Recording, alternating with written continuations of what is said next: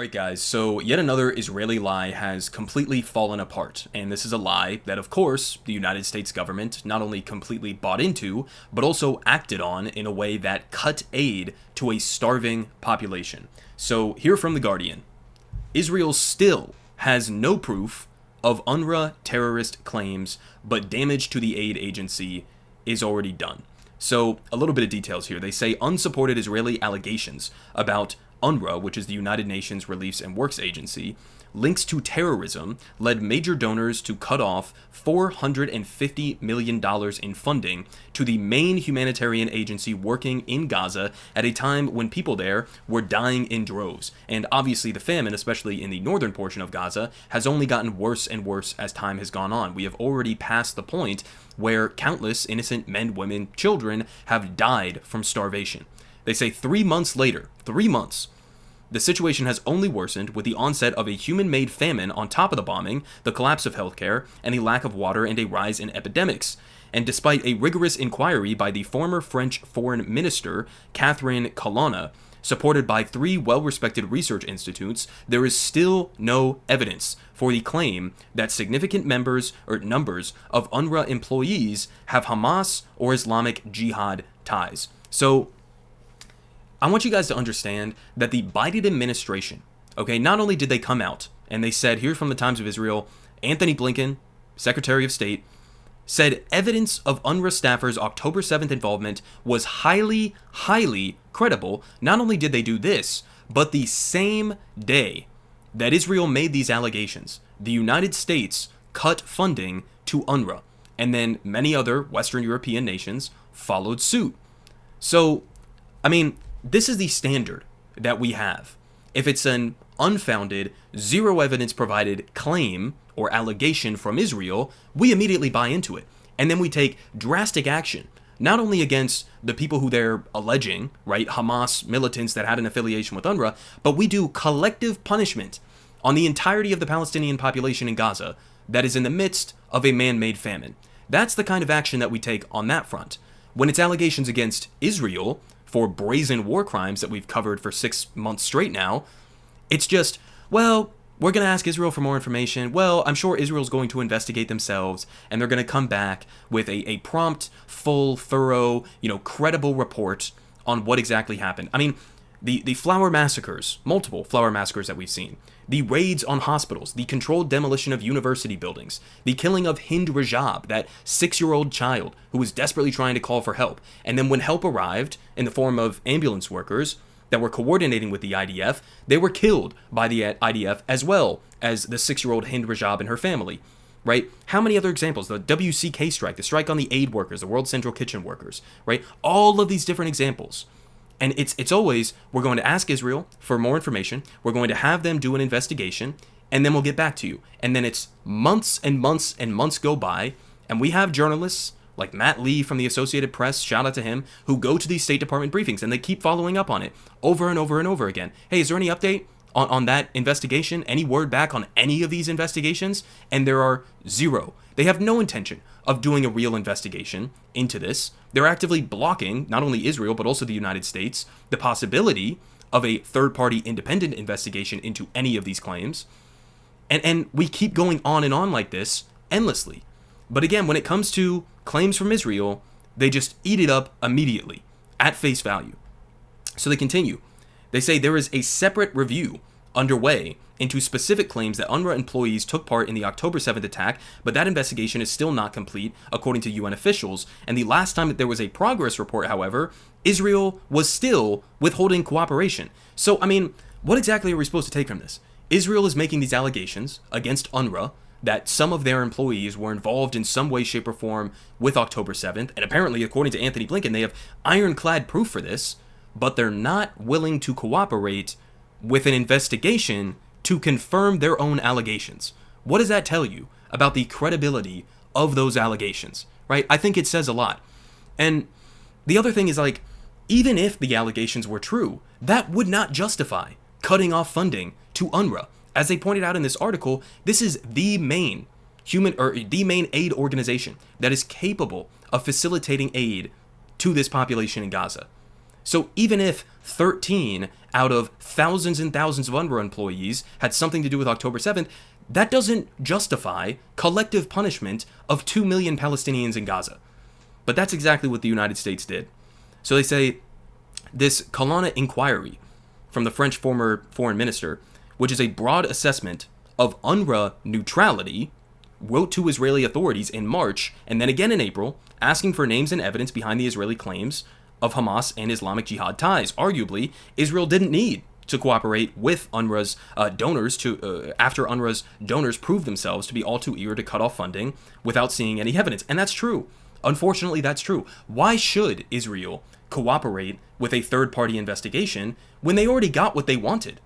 If the United States and these European governments cut funding to UNRWA, that's exactly what they wanted them to do. So they got that. They didn't need to provide any evidence to the United States, to these other governments. They just did what Israel wanted, with no evidence required whatsoever. Now, the other thing you have to understand about UNRWA is this is an organization, okay, that was founded. Its purpose is to help or to assist Palestinian refugees, okay? The United Nations Relief and Works Agency. It's supposed to assist Palestinian refugees who either directly or are the descendants of people who were violently expelled all the way back in 1948 and then on, right, during the Nakba, or the catastrophe.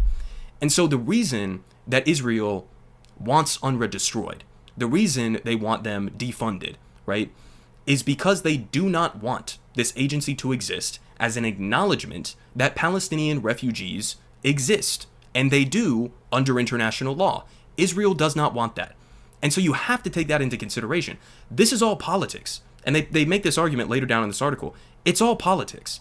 This has nothing to do with UNRWA and Hamas or some sort of affiliation with October 7th. It has everything to do with the ongoing ethnic cleansing of Palestinians that has been going on for decades and decades and decades. So they say, for the United States, formerly UNRWA's biggest source of finance, it's too late. Congress has insisted U.S. funding of the agency should not resume until March 2025 at the earliest. So our Congress, not only Biden, who initially cut the funding, our Congress then went out of their way to enshrine in law that we can't resume funding until 2025. Presumably, I guess, when these members of Congress are hoping that the Palestinian population in Gaza would have been totally wiped out by that point, and then they won't have to think about it anymore. I guess that's what's going on in the back of their minds. Now, also remember, something they tried to sneak into this bill as a part of the cuts to funding of UNRWA is they tried to say, they tried to put a burden on the Palestinian Authority, okay, to say, we will also cut your funding if you dare to try to bring Israel to the International Criminal Court for war crimes that are committed against Palestinians. So just a little cherry on top there for you guys. They also say Lazzarini checked the list that Israel was providing and found that the 12 named men were or had been employees at some point, though 2 of them had already died.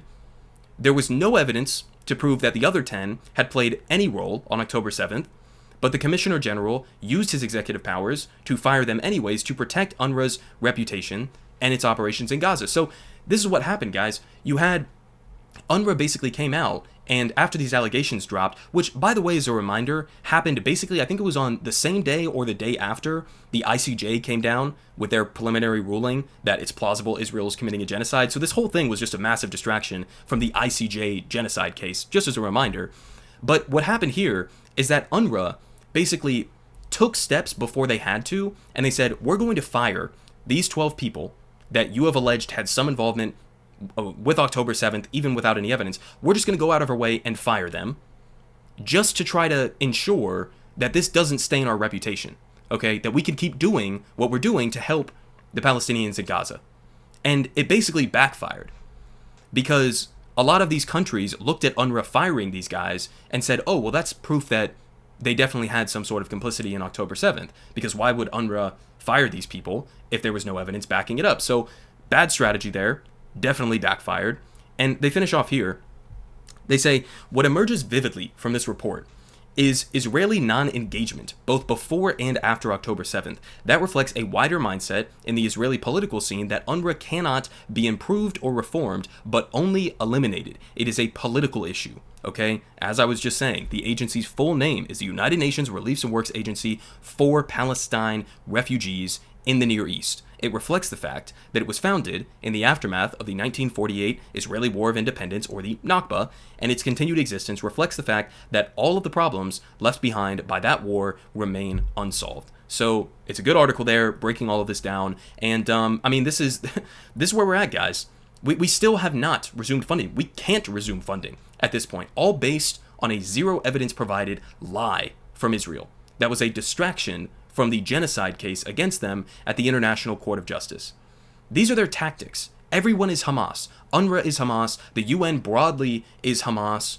College campus protesters now are Hamas. Benjamin Netanyahu just literally released a video today of him saying that the protesters on college campuses in the United States of America are basically complicit, okay, in Hamas's actions. They're terrorist supporters and sympathizers, right? This is what they do. Everybody is Hamas, right? Now, couple other quick updates before I end this video. Here from the Washington Post. Gaza aid flotilla plans to challenge Israeli blockade, according to organizers. So there is a flotilla, okay, that is being planned by some of these aid workers, and they're basically going to try to leave, I believe, from a port in Turkey, and to go with a giant ship packed full of materials of food and water and medical supplies that are obviously desperately needed in Gaza, and they're going to try to go and get around this blockade to deliver the aid to the people of Gaza, right? Now, the terrifying thing about this, although this is obviously noble and just and righteous, the terrifying thing about this is that it seems like Israel is gearing up to raid this flotilla, okay? So, I mean, we have Nelson Mandela's grandson who is joining it. They're calling it the Freedom Flotilla. And they say in this video, a spokesperson for the flotilla says that the Israeli military has not only been practicing to raid the flotilla, but that they have also made it public that their intent is to raid the flotilla. So, I don't know if you guys know this, but a while back, I think it was back in 2010, Israel did raid a flotilla that was doing almost the exact same thing. And they ended up killing, I believe it was 10 people on that flotilla. So, this is terrifying, and I genuinely fear for the people who are going out and doing this. Now, with that being said, these are some of the bravest motherfuckers on the planet, okay? Looking at how many aid workers Israel has targeted since October 7th, the deadliest war in modern history for aid workers, and they are willing to literally put themselves on the line, put their lives on the line to try to go and deliver food, water, and medicine to Gaza. So, again, highly respect what they're doing here. Now, I'll finish off with this because this basically just gives you a perspective in terms of the meaninglessness of all of this. And we've been saying this for so long because it's been very obvious for months and months and months now that this idea that Israel is going to be able, we just need to invade Rafah and then we'll totally eliminate Hamas. They'll never be found again. And then something, Gaza will flourish, right? This is the idea.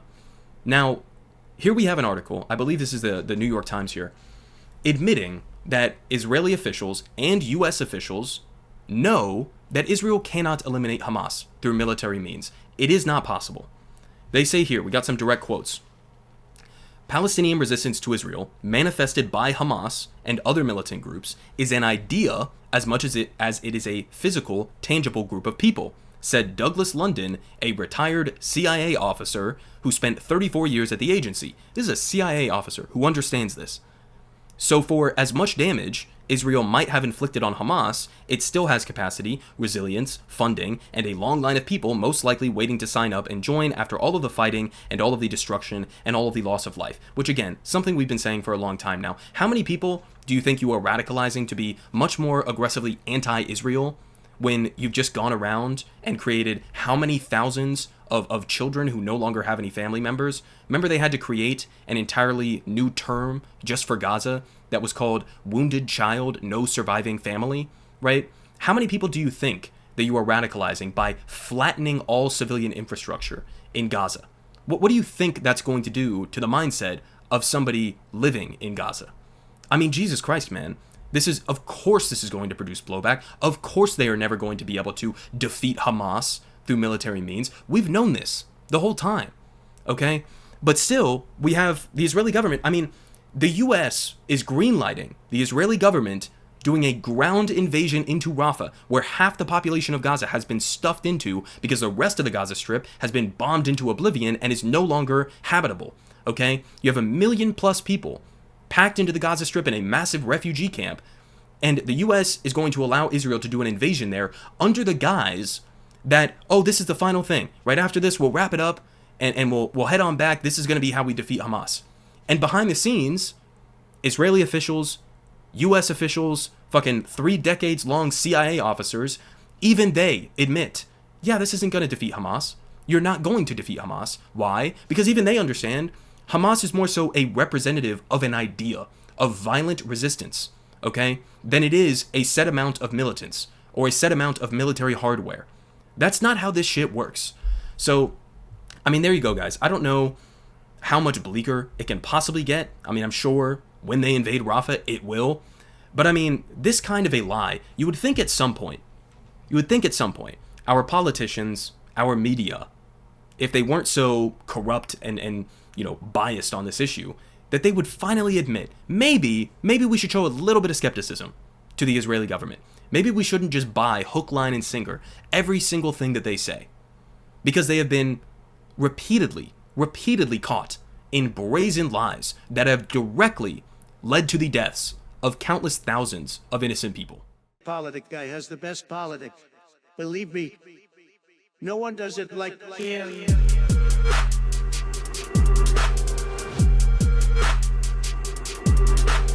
Believe me, everyone is saying